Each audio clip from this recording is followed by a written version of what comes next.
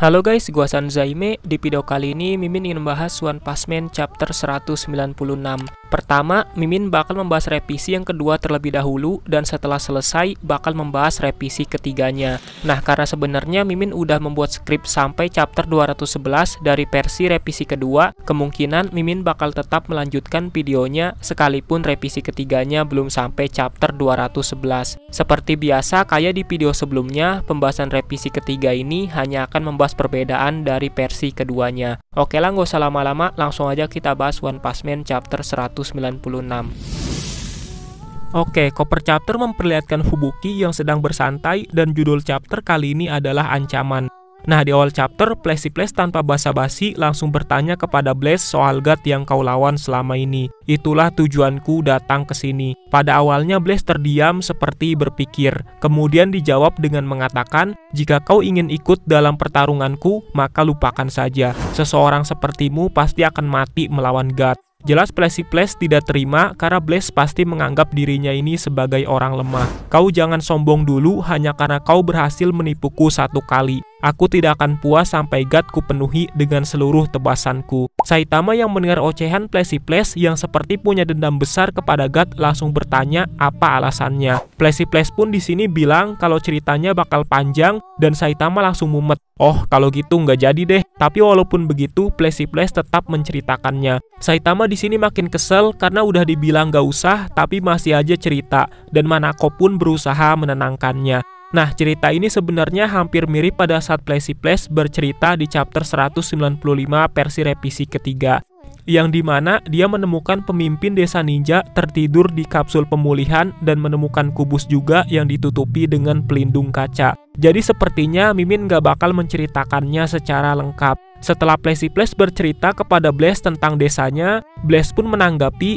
kalau aku bersimpati dengan perasaanmu, tapi walau begitu aku tidak bisa menerima bantuanmu. Pria itu namanya adalah Empty Void dan dia adalah rekanku, tapi dia jatuh dalam kendali God pada saat kami mencari kubus. Mendengar hal itu, Placiplace sangat terkejut karena selama ini pemimpin desa ninja ternyata adalah rekan dari Blaze. Di sini Blaze melanjutkan ceritanya, jika dia dan aku tidak gagal, anak-anak muda itu tidak akan kehilangan nyawa mereka secara tragis di desa dan tidak akan ada begitu banyak korban pembunuhan. Jadi akulah yang harus menerima tanggung jawab akan masalah ini. Mendengar cerita Blaze, Placiplace pun di sini kebingungan karena Blaze membiarkan rekannya dimanfaatkan sebagai pion oleh musuh dan juga membiarkannya kabur begitu aja. Blaze menanggapi jika itu terlalu kasar untuk dikatakan. Awalnya dia dan aku memiliki kemampuan yang setara, dan karena dia diberi kekuatan oleh God, dia jadi punya keunggulan besar. Tapi aku memberinya luka yang parah hingga dia membutuhkan waktu 15 tahun untuk pulih dari serangan milikku. Tapi Placiplace tetap kekeh tentang kelakuan Blaze ini yang membiarkan rekannya lolos. Bukankah kau ragu karena dia adalah rekanmu?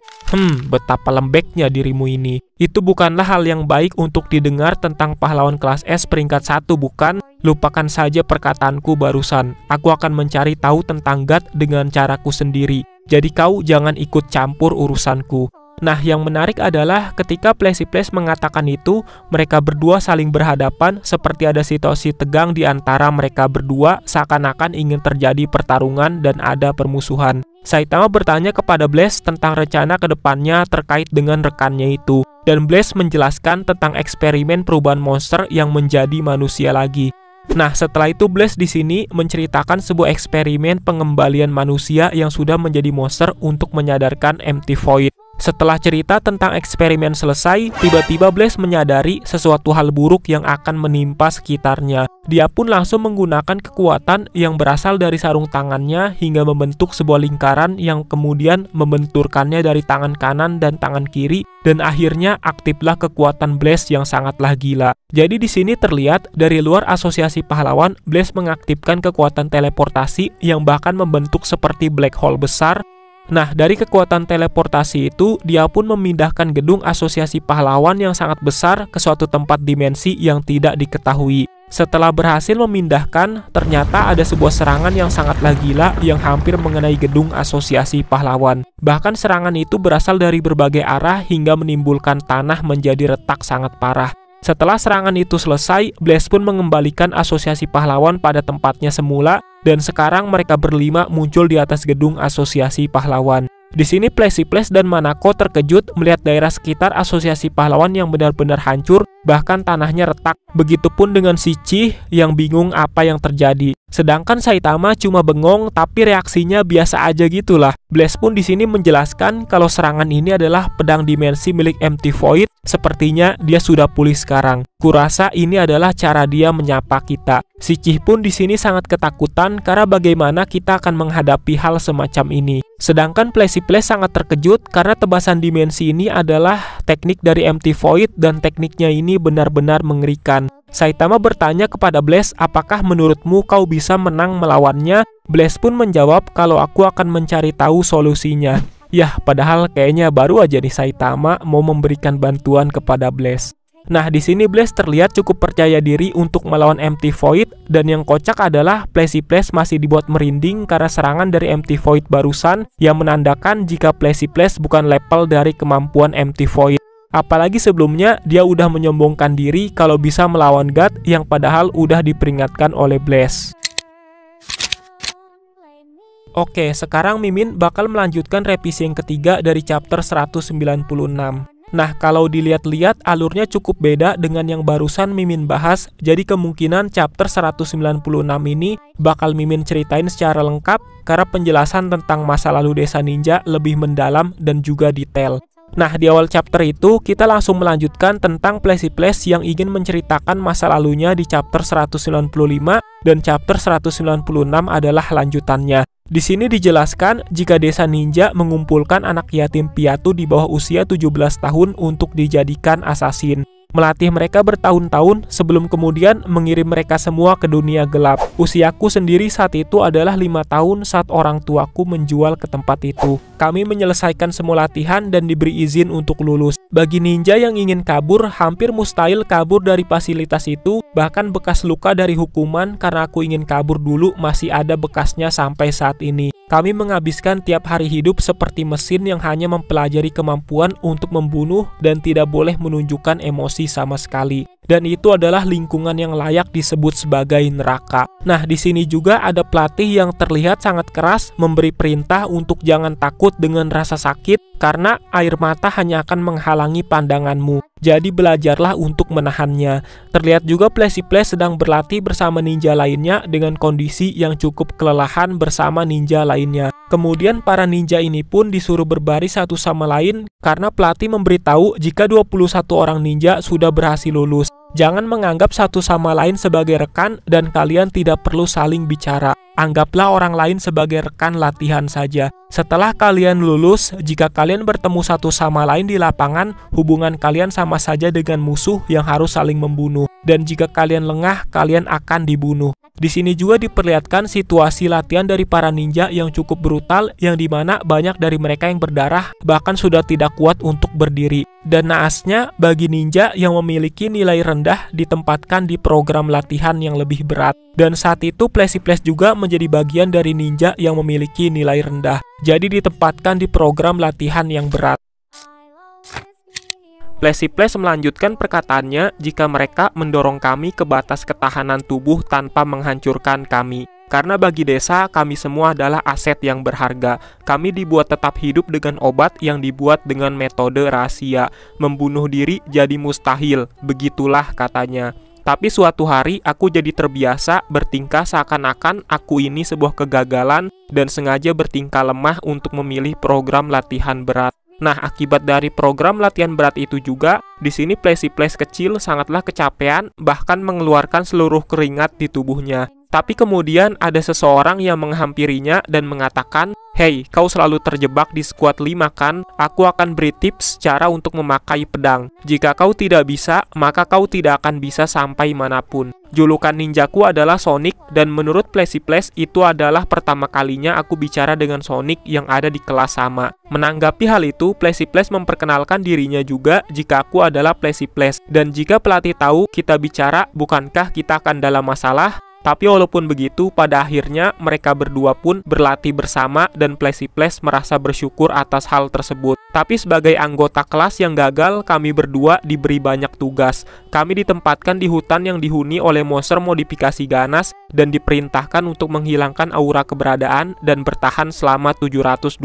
jam. Tapi dengan kerjasama kami berdua, akhirnya berhasil membunuh semua monster di hari pertama. Sisa waktunya kami gunakan untuk belajar. Dengan keganasan dari Platypus dan Sonic juga, monster kuat yang memiliki kepala dua pun berhasil dikalahkan. Setelah berhasil mengalahkan monster, mereka pun membuat sebuah api unggun sambil menceritakan sebuah impian juga. Sonic di sini bertanya, "Bukankah kau berada di desa ninja pada saat anak-anak bukan? Karena kau masih memiliki kenangan mengenai kehidupan sebelumnya di dunia luar, membuatmu belum kehilangan jati diri seperti yang lain. Di sisi lain, aku terlahir di fasilitas ini dan langsung dipaksa untuk hidup dengan program latihan mereka." Intinya Sonic menceritakan sebuah mimpi di masa depan untuk menghancurkan organisasi buruk ini dan membesarkan yatim piatu yang senasib dengan kita. Dan menurutku, yang lebih berharga dari apapun adalah kekuatan untuk hidup sesuka hatimu, dengan kata lain adalah sebuah kebebasan. Saat ini kita tidak memilikinya. Aku berharap kau akan membantuku keluar Flash. Aku bisa lihat sorot matamu sama denganku.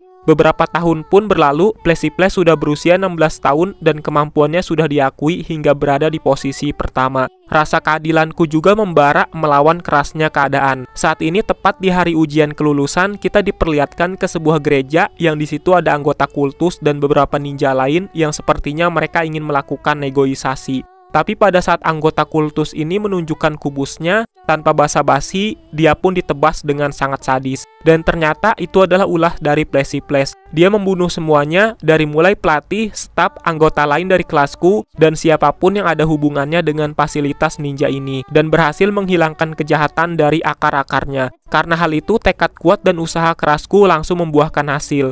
Tapi sejak saat itu Sonic menjadi sakit-sakitan dan dia tidak bisa melihat pencapaianku. Tidak lama kemudian aku mendengar rumor berdirinya asosiasi pahlawan dan aku mulai memakai kekuatanku untuk pekerjaan pahlawan profesional. Pada saat bekerja sebagai pahlawan, Platypus sudah menjadi dewasa dengan tampilannya yang saat ini. Nah, pada saat dia berjalan di sebuah kota, dia melihat sebuah poster buronan milik Sonic yang sedang dicari.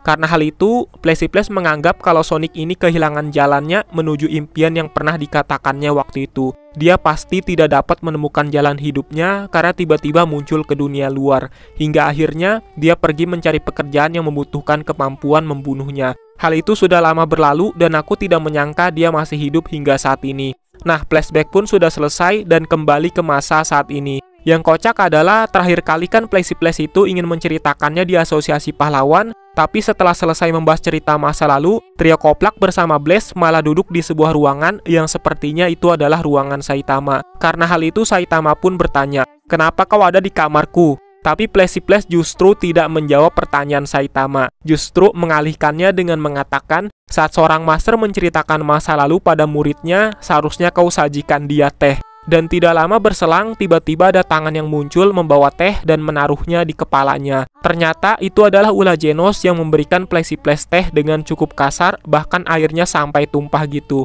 Nah, yang kocak adalah Genos ini kan tinggalnya di sebelah ruangan Saitama. Dan karena dia pengen dekat dengan senseinya, dia pun melubangi temboknya dengan bentuk kotak agar bisa mengintip atau apalah. Ya mungkin sebenarnya Saitama juga enggak setuju. Nah, Genos juga di sini mendengarkan masa lalu dari Platypus dan mengatakan, "Wajar jika Sonic punya dendam kepadamu. Bicara soal menghancurkan kejahatan dari akarnya, kenapa kau justru membiarkan Sonic kabur? Akibatnya dia berubah menjadi assassin kejam yang berkali-kali mengincar Saitama Sensei." Nah, mendengar hal itu, Platypus hanya bisa terdiam, bingung mau dijawab apa karena perkataan Genos juga mungkin ada benarnya. Tapi di sisi lain, reaksi dari Manako dan Shichi malah kocak karena Shichi seperti bingung dengan kelakuan Genos yang memodifikasi kamar sesukanya, sedangkan Manako menganggap kalau Platypus membiarkan Sonic kabur karena menganggapnya sebagai teman. Tapi Platypus di sini beralasan pernah meracuni sup milik Sonic. Pada akhirnya dia sekarat. Tapi sebagai murid yang bertahan terakhir hingga kelulusan, dia menghadapi lingkungan terburuk hingga memiliki kekebalan dan selamat dari racun itu.